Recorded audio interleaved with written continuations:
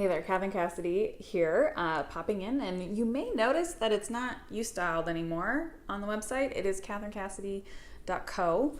I am transitioning away from Ustyled and owning the work that I want to be doing going forward, which is focusing on trainings and workshops, speaking and writing on leadership style power, and this idea of, how do you show up as a leader, and building out work that can walk you from the initial hand-raising courage piece of, yes, I'm ready to show up as a leader, to the, okay, here's how you do it, clarity, and ultimately having the confidence to continue moving forward and keep raising your hand and taking bigger action as a leader.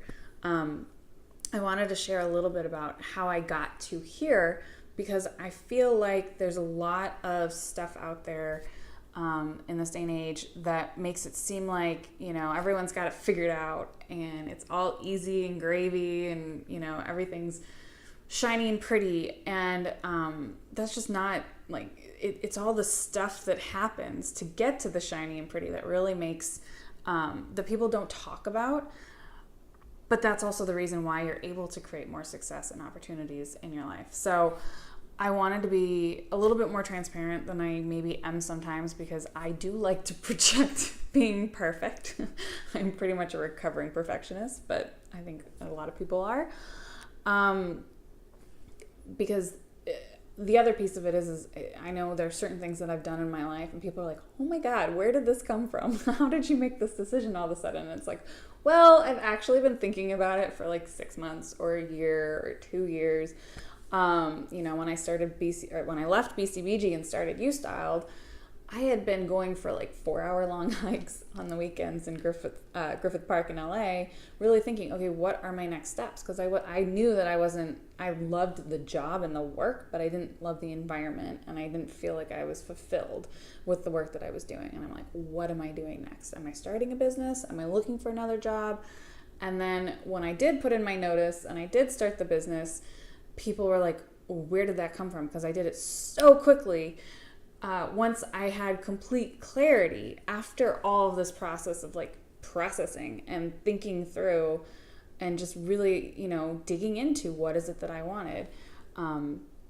Doesn't take as long as it did that at that point now, because I've been doing this for the last 8 years. Once I did start Ustyled back in 2008, this process of really digging in and having to look at things and then having this moment of clarity and yes, this is what I'm doing next.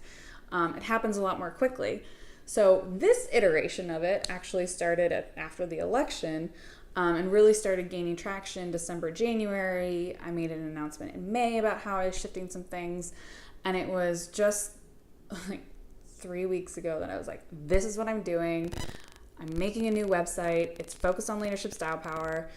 But I will also say that the reason why it's catherinecassidy.co is because of a really good friend of mine, actually a few of them, who I mastermind with, and they were like, why are you not launching it under catherinecassidy.co? I was going to launch a new website under Ustyled and then transition into owning that this is going to be about my message of leadership style power, not about Ustyled anymore, essentially closing the doors on Ustyled and letting that be my first business, which is a big step.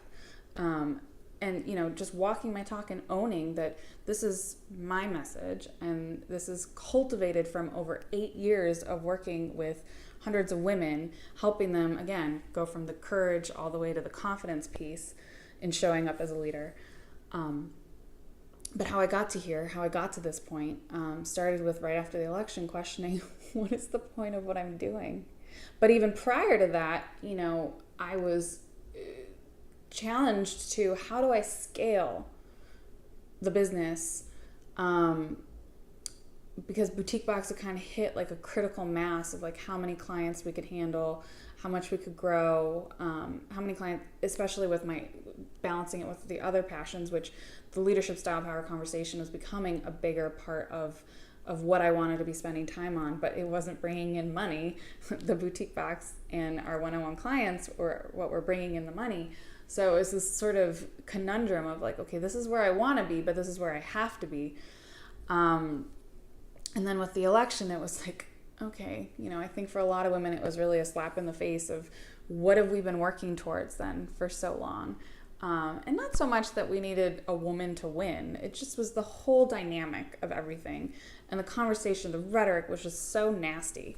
So, any case, we all were like, for a while.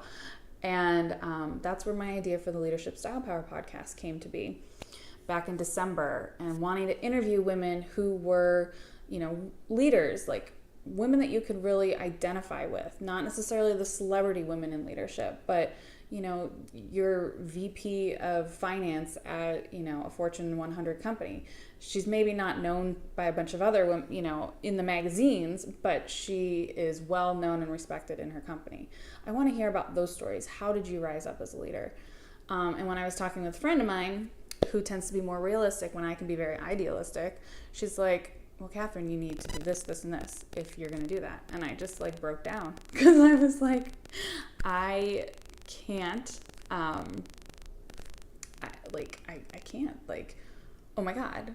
And what I realized in that moment was I didn't want to be doing business the way that I'd been doing business. That was in December of last year, 2016, and it took me up until May to really let go of how I was doing business the way that I've been doing business and step into that next level. And I made an announcement in May about how I was letting go of certain pieces of the business. And then again, it was like I felt like I had clarity, and then I had a fog again. What the heck? Can this please stop?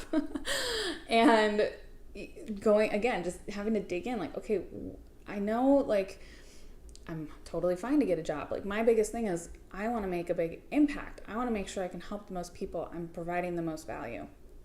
So what does that look like in my life? Everything that I've done is to get me to this point. So what is the next step? And ultimately, it took a lot of soul searching to get to this place of, I don't want to be a stylist. I've never wanted to be a stylist. I never knew how to call myself because it was always more than just styling.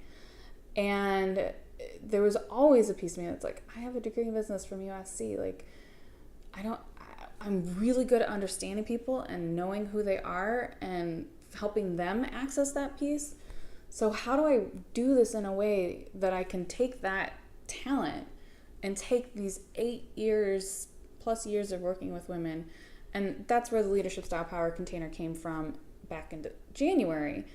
But I realized it's this is really what I need to be developing out, because that's how I can make massive impact for so many women at a scale. And because what I've always loved is that I'm not doing anything other than helping you access your own power and confidence when I work with a one-on-one client. And but it's really scary to make that commitment to, this is what I'm doing. Completely letting go of how I've learned how to make money and take care of myself, to move into this place where I feel like, okay, but this is where I can make a much bigger impact. And so, having to walk my talk and take that step forward, encourage myself, that's kind of how I got to here. I was not necessarily happy with how I was having to work, and I was not enjoying any of the marketing that I was supposed to do to be a style company. I didn't want to talk about black pants, and I still don't. I mean, the Wear 3 Ways post is the most that you're going to get out of me. And that was thanks to my brilliant old assistant. And the fact that, we did our first trunk show for the Citizens Mark jackets. It's this is a great way to show the value. So those things I still love. Those elements are still going to be a part of what I'm sharing. But I realized it's I don't want to do these things that you're supposed to do to get people to hire you as a stylist, because that's just not what I ever loved. And my business has always been very referral based. So I guess all that to say, if you're still listening, it's just a journey. And I have realized that,